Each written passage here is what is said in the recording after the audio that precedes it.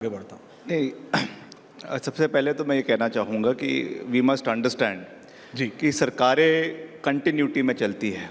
माननीय जयराम जी बहुत वरिष्ठ साथी है, मुख्यमंत्री रहे हैं, प्रदेश के वित्त मंत्री भी रहे हैं, जी। तो इनको इस बात का इल्म है। अब ये कह नहीं रहे वो अलग बात है, मगर प्रदेश बहुत लंबे समय से, आज से नहीं, करीबन 10, 15, 20, 25 सालों से रेवेन्यू डेफिसिट में चल रहा है। जी और 1993 में आखिरी साल था 1993 जब हमारा रेवेन्यू सरप्लस स्टेट था। उसके बाद लगातार हमारा वित्तीय परिस्थिति प्रदेश की ख़राब हो रही है, चाहे वो भाजपा की सरकारें रही, कांग्रेस की सरकारें रही, मगर हमें प्रदेश हित के कार्य तब भी करने हैं। और ये भी सच्चाई की बात है कि प्रदेश के अपने रिसोर्सेज जो है उसको मोबिलाइज़ करना, उसको बेहतर करना, चाहे प्रदेश की वन संपदा है, जी प्रदेश में हाइड्रो पावर एक बहुत बड़ा रेवेन्यू सोर्स है।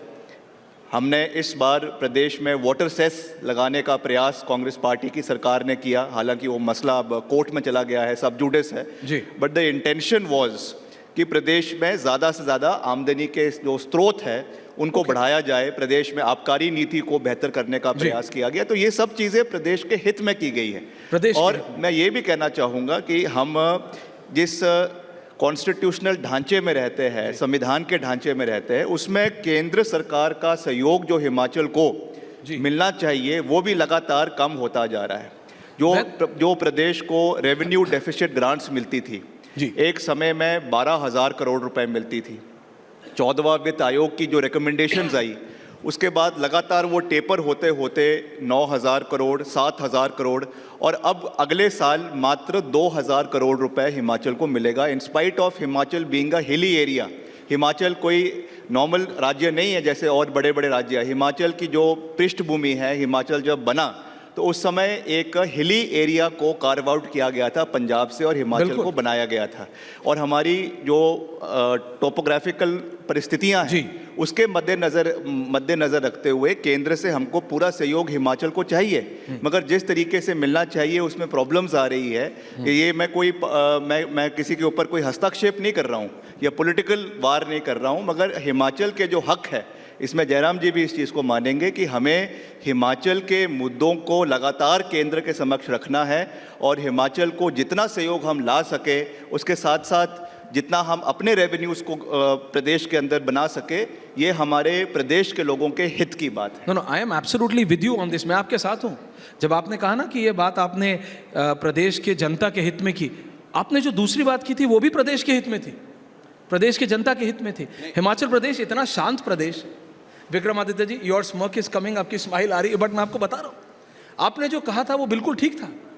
जो मंडी में प्रोटेस्ट हुआ, उसके बाद आपने जो कहा वो आपको ठीक है, राजनीति होती है, लेकिन इन हाइंडसाइट आपको लगता नहीं कि वो हिमाचल प्रदेश की जनता के फायदे के लिए आपने कहा था? नहीं, देखिए, मैं तो जो भी कहता हूँ हमेशा हिमाचल प्रदेश के हित में ही हमने बात रखी है, और आज भी मैं हर बात के ऊपर अडिग हूँ। जो बात प्रदेश हित में है, सबसे पहले हमारे लिए राष्ट्रीय नीति है, राष्ट्रीय सोच है, उसके बाद प्रदेश की सोच है, कांग्रेस पार्टी का हम एक अभिन्न अंग है, उनकी सोच है, मगर प्रदेश के हितों को आगे ले जाना हमारा दायित्व है। और इस विषय में हमने केवल ये बात रखी थी कि प्रदेश की आंतरिक सुरक्षा के साथ, that is the internal security, उसके साथ कोई भी कॉम्प्रोमाइज़ नहीं होना चाहिए।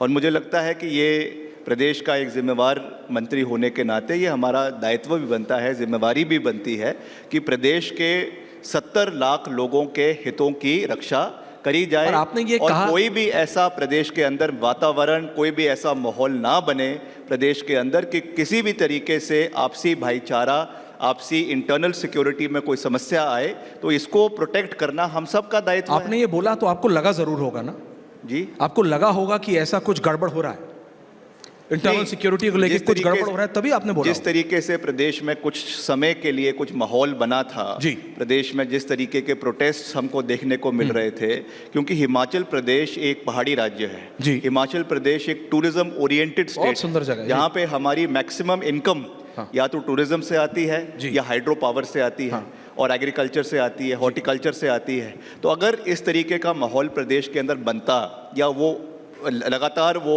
खराब होते जाता तो उससे टूरिज़्म कहीं ना कहीं इफ़ेक्ट होना था। तो इसीलिए हमने ये बात रखी कि इसके लिए हमको मजबूत कदम सरकार को लेने की आवश्यकता है। जयराम जी, ये सब क्या रातों रात आ गया? ये सब जितना भी इलीगल कंस्ट्रक्शन है ये सब रातों रात आ गया अचानक हिमाचल के एक नहीं 3-3 शहरों से? और कांग्रेस के नेताओं से पूछे तो वो कह रहे जी पहले भी था, यही इन्हीं लोगों ने करवाया और अब यही लोग आके सड़कों पे प्रोटेस्ट कर रहे हैं। तो क्या सिर्फ आप कांग्रेस को घेरने के लिए कर रहे हैं? जयराम जी ये देखिए, एक बात तो हमको बिल्कुल साफ तौर पर कहनी चाहिए जी कि इस मसले को थोड़ा उस तरह से भी देखने की आवश्यकता है। किस तरह? एक इंडिविजुअल आदमी, एक आदमी कोई इलीगल कंस्ट्रक्शन करता है, अनऑथराइज कंस्ट्रक्शन करता है, वो एक अलग विषय होता है। इस इलीगल कंस्ट्रक्शन, अनऑथराइज कंस्ट्रक्शन के साथ जन भावनाएं जुड़ गई है। लोग कह रहे हैं, लोगों का कहना है कि ये गलत है। गलत कैसे हुआ, कहाँ से बात निकली? कुछ लोगों ने एक जगह कुछ हमला किया, हमला करने के बाद वो जाकर के उस जगह जाकर के छिप गए जी। और छिपने के बाद वहाँ शरण लेने के बाद फिर उसके बाद सारा मामला उठा। अब विक्रमादित्य जी थोड़ा बीच बचाव करके रास्ता निकालने की कोशिश कर रहे हैं। हमारा उसमें बड़ा साफ से कहना है, कंस्ट्रक्शन अनऑथराइज्ड है और अनऑथराइज कंस्ट्रक्शन होने के साथ साथ में म्यूनिसिपल कॉरपोरेशन शिमला की ओर से वहाँ पर उसमें फैसला भी दे दिया गया है कि उसकी 3 मंजिलें उसकी तोड़ देनी चाहिए जी। और उसके साथ साथ में जो मस्जिद कमेटी है उन्होंने भी इस बात के लिए पहले ही लिख करके दे दिया है 3 मंजिलें तोड़नी चाहिए। लेकिन अब वो हाई कोर्ट में चले गए। पहले उन्होंने कहा कि तोड़ेंगे, लेकिन अब वो हाई कोर्ट में जाएंगे। अब मुझे लगता है कि ये सारी चीजों को लेकर के विक्रमादित्य जी बीच बचाव कहाँ कर रहे हैं? वो तो बहुत क्लियर है ना। इन्होंने बड़ा विक्रमादित्य जी इस बात के लिए मैं बड़ा आप। इस बात के लिए तो मैं इनका धन्यवाद भी करता हूं। उन्होंने अपनी बात बड़ी साफ कही है।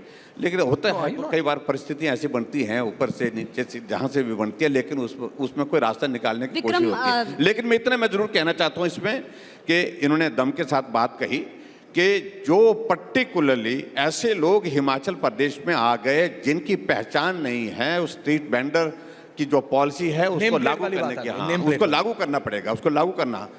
और वो ऑलरेडी इन प्लेस है। देखिए, और वो लागू करने इसमें ऐसा है कि इसमें ऑलरेडी केंद्र सरकार का कानून बना हुआ है वेंडिंग फॉर आपके अर्बन एंड रूरल एरियाज।